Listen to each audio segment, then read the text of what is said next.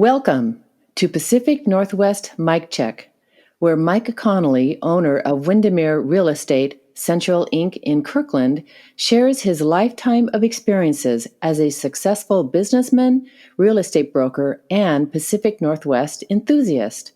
Throughout this podcast, Mike will be interviewing passionate experts in the industry who will give you a new perspective on the world of real estate, business, and life.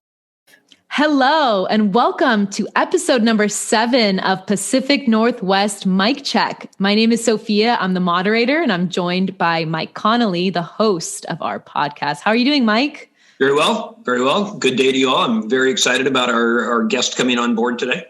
Yeah, me too. So we'll just go ahead and jump right into it. We start with Mike Check, which is a piece of advice from Mike. So Mike, what do you have for us this month? Yeah, so this month I was going to talk about our buyer community, and it is such a very fast-paced world that we're in right now.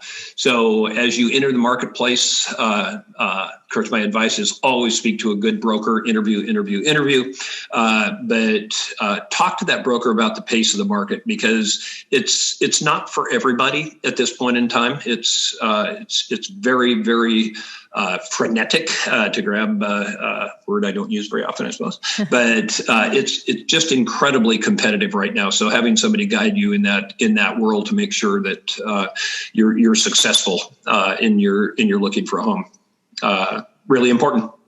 Wow, yeah, that is really important. And you must be a mind reader, because one of the questions we got this month on our next segment, which is open mic, is why should someone choose to work with a broker? So you pretty much just answered that question. Is there anything you'd like to add to that? Yeah, just real quickly, it's a the national number is 94% of the people out there begin their search for a home online.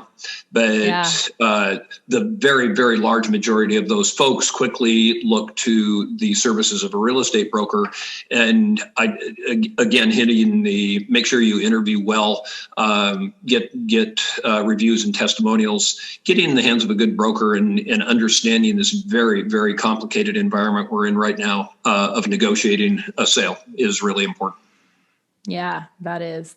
So, our second question of open mic, and by the way, open mic, I just jumped into the next segment because you already were talking about it, but open mic is the portion of our podcast where listeners can submit questions and Mike will answer them on the podcast. So the second question we got was, aside from the Pacific Northwest, are there any other places you enjoy visiting in the United States? This sounds like a trick question, but that's a really good question. BJ, my wife, and I enjoy travel all over. I have been blessed over the course of many years of actually traveling the country on motorcycles with a group of folks. And I got to tell you, the heart of the Northwest of Washington, Idaho, Oregon, Utah, Northern California, it's just incredible country. And when you can see it with open air on two wheels, that's my wave of my magic wand of, gosh, that was fun. Yeah, that does sound amazing. So for our YouTube listeners, would you mind sending me a photo of you out on your motorcycle in the open air on one of these trips? We can put it in our YouTube version of the podcast, a little treat for our listeners. Yeah, would love to do that. Yeah. That's awesome. Well, with no further ado, we'll head into Josh's portion of the interview. Do you want to go ahead and explain who Josh is and introduce him a little bit? Yeah. Josh Lysen is the president of Merritt Homes. He and his wife, Ann, have been at lead at Merritt Homes for several decades, and they do most of their work, beautiful luxury homes in primarily Kirkland, very, very little out of the footprint of Kirkland. Well, Mr. Josh Lysen, it is awesome to have you on board today. Really, really appreciate you joining us. And just got a few questions for you, so I'm just going to launch right into it. And it starts with you and your history. And Merritt Homes has been building new homes in Kirkland and on the east side of Lake Washington, mostly Kirkland, for the last 40 years, I think. Could you share a little bit of the intel and detail on Merritt Homes' evolution over the long period of time? Yeah, sure. Well, first off, thanks for having me on, Mike. It's a pleasure. It's fun to talk to you. So I hope this goes well. Yeah, Merritt Homes, interesting. We've actually been a name brand in Kirkland since early 2000s. My former business partner, had been building houses since 1972, and he just retired last year.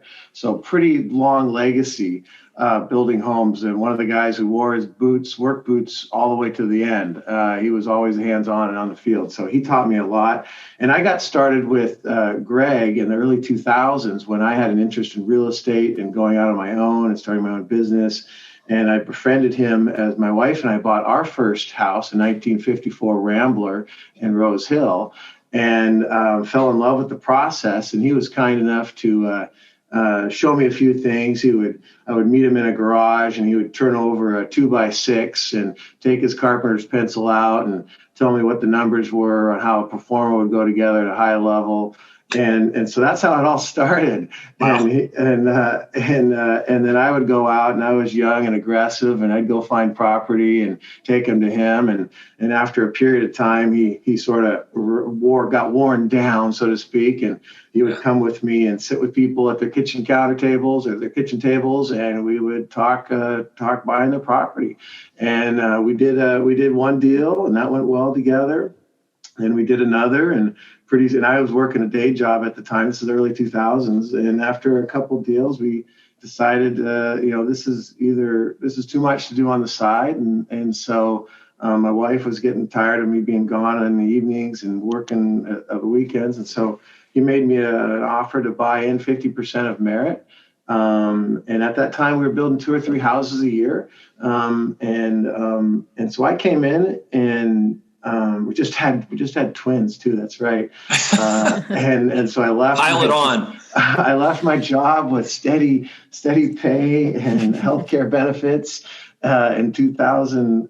I started with Greg 2001. In 2005, I left my high-tech job and drove all in. And we started with just a few houses a year. By 2005, I think we had 9 houses. And then 2006, we had 15 houses. And so I brought some process and organization to the business. And then 2007, things started coming down. And as you know, we had the big downturn in 2008. And then things changed. Then things got very real fast. And, I'll just quickly say, we held on. We kept our credit intact. We were never late on a payment. We didn't lay anybody off. Of course, we had a much smaller crew then. But we bounced around the bottom for a couple of years, just building about 6 houses a year. And then, the cloud started to part around 2011-ish. Yeah. And we were the first development loan that Home Street Bank had given in over 5 years.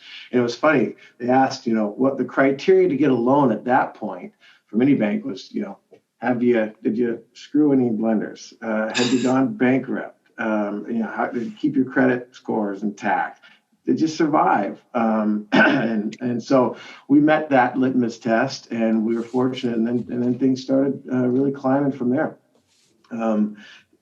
We took that opportunity. I'll just fast forward. We took that opportunity to rebuild the foundation of the company, put in processes, hired great people, really revamped our product. That's when we transitioned away from Craftsman Home to our Northwest Contemporary Home. And it's just been a great journey in those ensuing years. And now we're right before the pandemic, we did 32 houses, $50 million in revenue, 20 employees. Wow. And then now Greg's retired. So it's been a great journey. Boy, it really has. And I know you've got some great opportunities in front of you too, which are very, very exciting. So, you build these beautiful luxury homes, and you and I've chatted about that before, and yet your business, very, very competitive one. How do you and your 20-person team stay up on top of trends, customer demands, so that you keep your product just totally leading edge? Yeah. Well, trends, one answer, Pinterest. No, I'm just kidding. The internet's a very powerful tool, I'll tell you that. It's really great to do product research, to get information. But it's a labor of love. This is what we love to do, building great homes, building great environments. It's not just what's on the walls. It's the whole space, the feeling, the emotion, and it's a working process. We toil over it.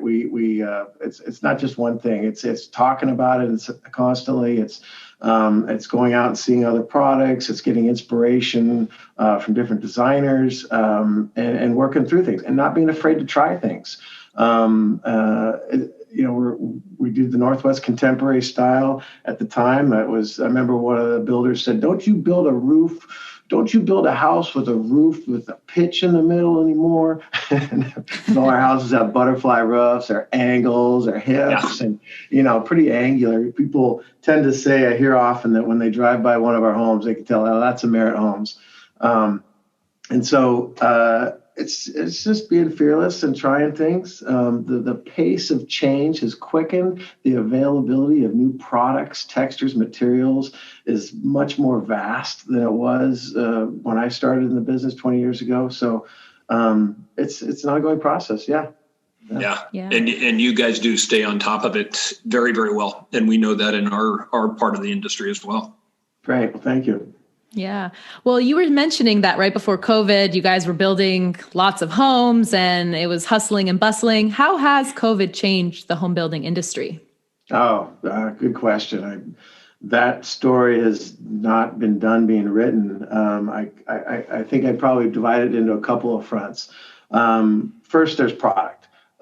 First, the way we are going to live in our homes, we're going to be staying there longer. We're going to be spending more time there. So, do we have those flexible spaces where we can have our home gym? Do we have more spaces where we can plug in and multiple people being online in quiet settings to do work?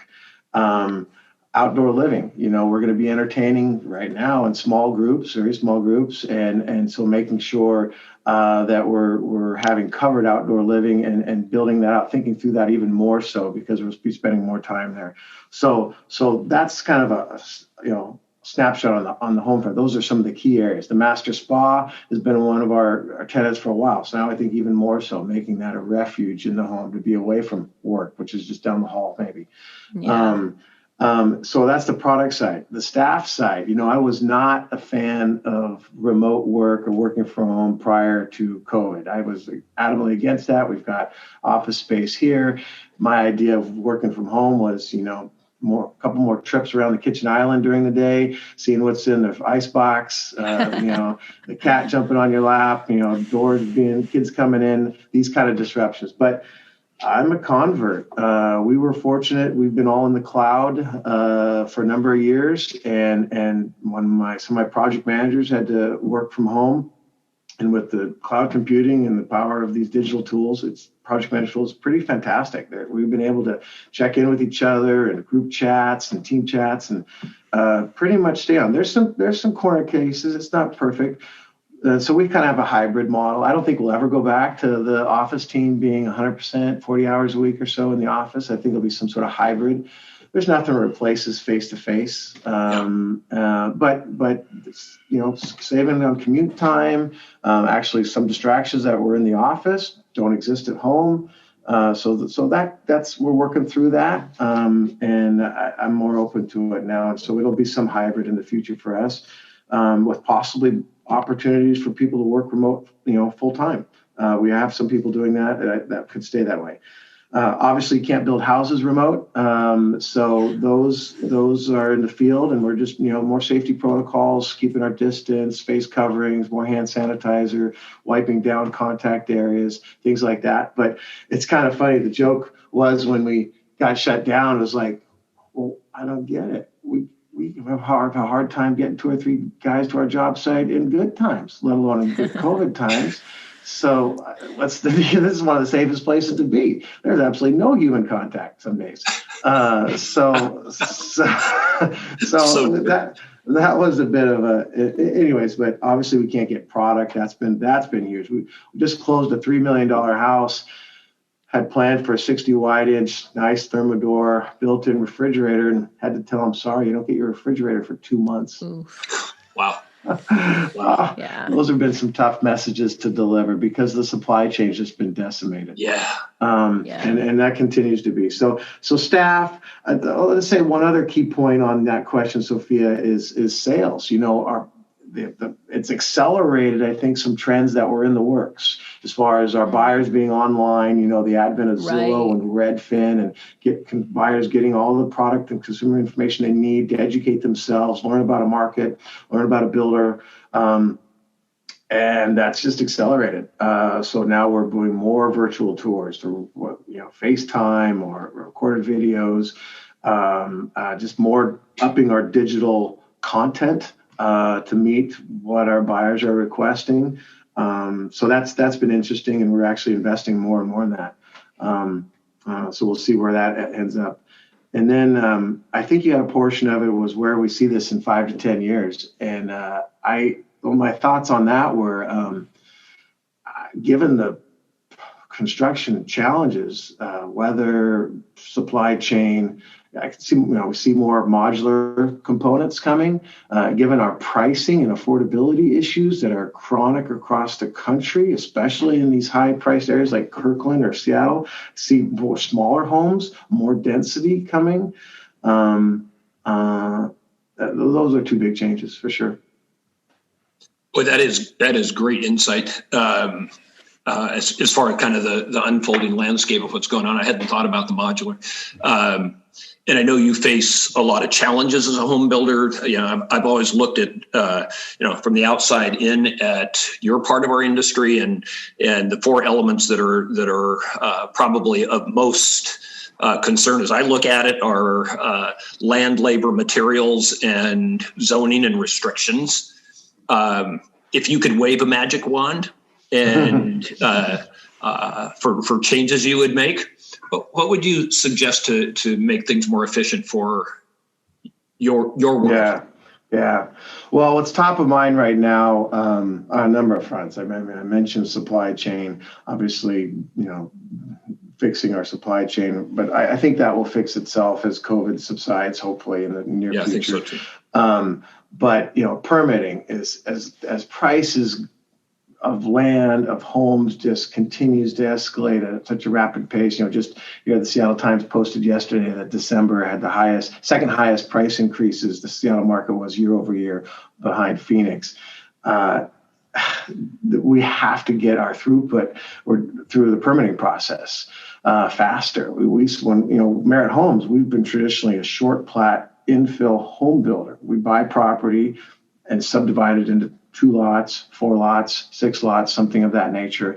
And that process of legally segregating it, we call entitlement, has taken 18 months, 24 months in many cases. So the regulatory hoops have gotten more, the number of consultants involved, from arborists to geotechs, more and more. So that time frame is it's going in the wrong direction from meeting the increased need for supply. One very hopeful thing we just saw, the city of Kirkland, to their credit, leadership voted in last spring a new cottage home ordinance, as well as changes to the ADU code to allow more density in our single family zoning. And that sort of zoning changes are being seen in Seattle and Oregon and states across the country to address this acute shortage of affordable housing or housing supply in general. So I'm actually very encouraged by that, because that process allows us to not have to go through the lengthy and very variable and risky short plat process. It's what they call there's condominiumizing air condos. And so it's outside the city. It's more a county process. City certainly has the regulatory code over it. But so I'm really encouraged about that. And I'm happy to report Merit Homes has got, I think over 50 lots, homes that we'll be using down those code paths. In the cottage environment. In the cottage and ADU environment, about over 50 doors. So we're pretty excited about that. Those homes are going to come on the market significantly less money than what we're seeing right now as far as new homes, like maybe $1 million less, and be a little quicker to build. The permitting process will be faster.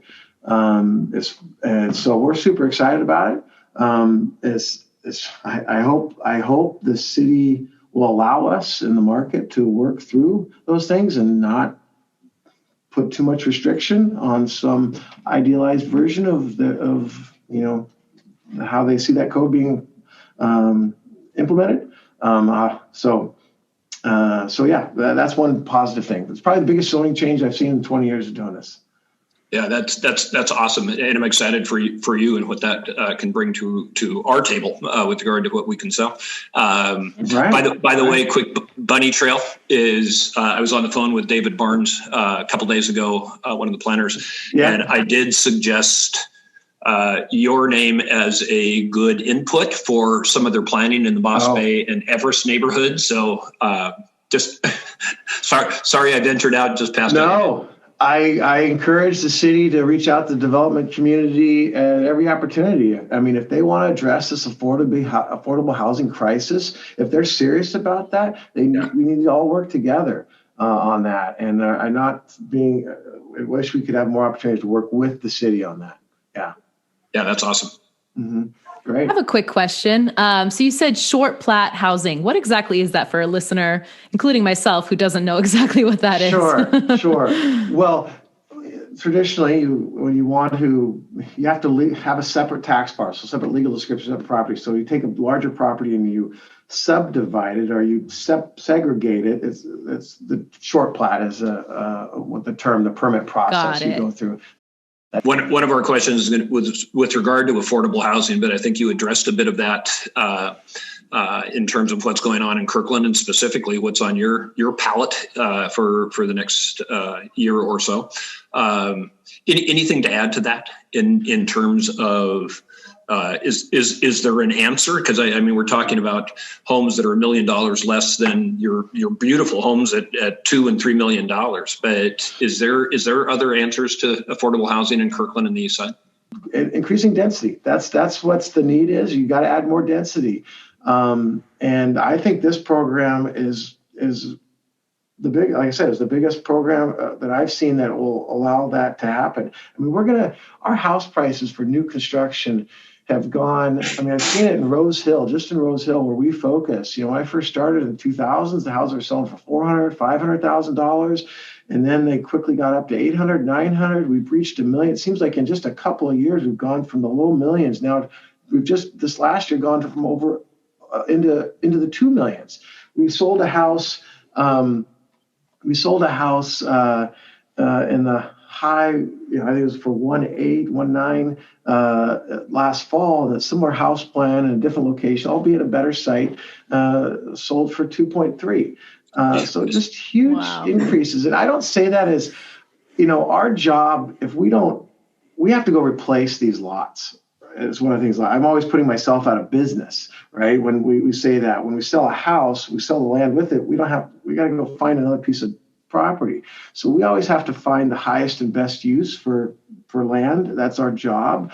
And so, we're just a product of the market. I don't have a luxury to do anything else. And that's just what the market is. And so who can afford these houses? I'm very concerned about that. I know, like I said, I got my first start. My wife and I bought a Rambler in Rose Hill in 1999 for just over $200,000.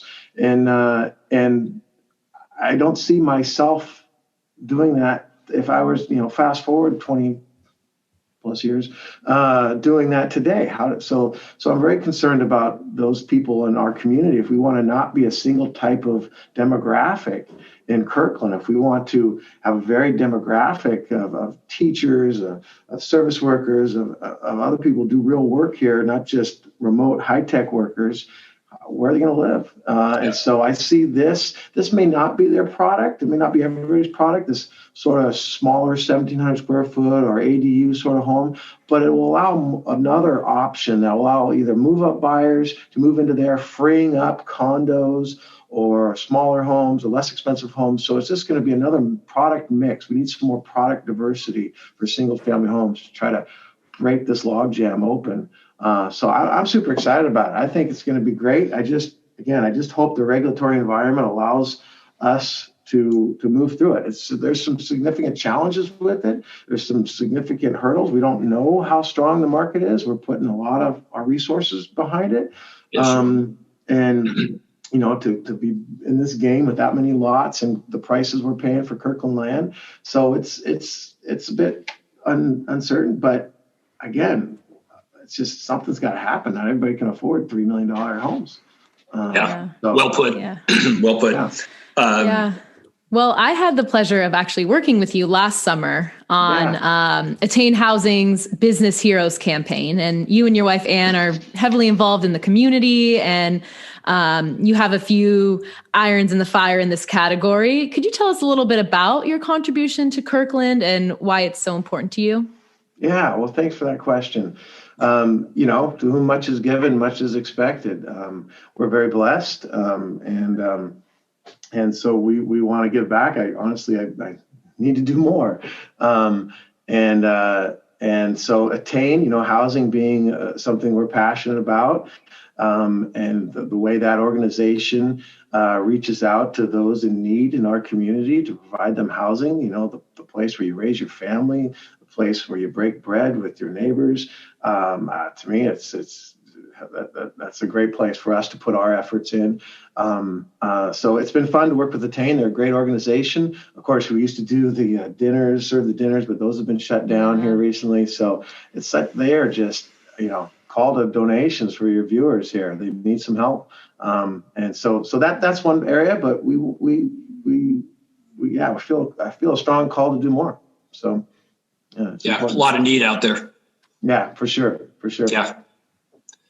Well, what do you think, Sophia? Move on to our signature questions for Josh? Yes. So every podcast, we have 2 signature questions for each guest. Our first signature question is, what does the Pacific Northwest mean to you?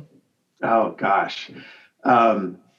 I'm looking at my other monitor here and I see this beautiful stream with trees. My brothers and I are climbing the 5 volcanoes in Washington State. We have one left to do. So in recent years, that's meant getting out in the outdoors, fresh air, experiencing these high alpine peaks that are unique to the Northwest. At the same time, we spent a lot of time on the water and enjoy the sea. I used to commercial fish when I was going through college, and I love to be out on the water. So sea to sky. That's what the Northwest means to me right now. So yeah, just beauty. It's great. I love your 5 volcano climb. I did that about 15 years ago with a bunch of guys. We had that all laid out. So I'm anxious to hear about your experience. Fantastic. Yeah, Mount Adams this May. Mike, join us. 11,000 feet. Did you go up the south side? No, we're going in May. We have not gone yet. That's our last one. Okay. Yeah, that was a favorite. Baker was a favorite too. Yeah, Baker's good. Great. Yeah. Yeah, you can just send me pictures. I'm not climbing any volcanoes. I'm not joining this club. Fair enough. Okay, Josh, here's our last question for you, and I know you're expecting this one, and it's a tough one. If you could only listen to one song for the rest of your life, what would it be? Yeah, that is a tough one because as much as I like music and there's a lot of songs that stand out, to listen to just one repeatedly might drive me a bit batty. But there is one that stands out above the rest, and it was the first one I learned to play on the piano, and that was The Piano Man by Billy Joel. And I have a special memory of playing that in front of my girlfriend who turned into my wife. So that's my favorite song. Awesome. Yeah. Good one.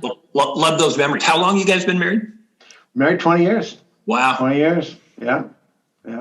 Exciting. Yeah, you guys are a great team. Thank you. Yeah. Well, thanks so much for being on board. Loved having you here. I learned a lot, and wish you nothing but the best in the coming years. I think we've got some good times still down the road with everything going on here in the city of Kirkland. Oh, fantastic. It's a pleasure being a part of this. Thanks for having me on, guys. Really appreciate it. Thanks. You bet.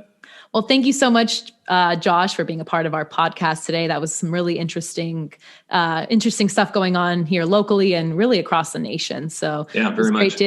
Great to hear that. Mike, who's our next guest that we can expect on the podcast? Well, our next guest is somebody that's fairly close to me, and I work with fairly closely every day, and that is my beautiful wife, BJ. Just a quick side, BJ and I have been together 39 years this year, so we know each other pretty well as we navigate the real estate world. But we've also got a building under construction. I thought it'd be great to have her on board next month to talk about her part in that. She's played a really important part in our process and in the team. Yeah, you guys are an awesome team, dynamic duo, and I'm really excited to have her on the podcast and hear more about the new building and all that you guys have accomplished. So tune in to Pacific Northwest Mike Check every first Wednesday of the month. You can find us on YouTube, Spotify, Apple Podcasts. Subscribe, give us a 5-star rating, and stay tuned for next month. Thank you for listening to Pacific Northwest Mike Check. Tune in every first Wednesday of the month to learn something new about real estate, business, and life.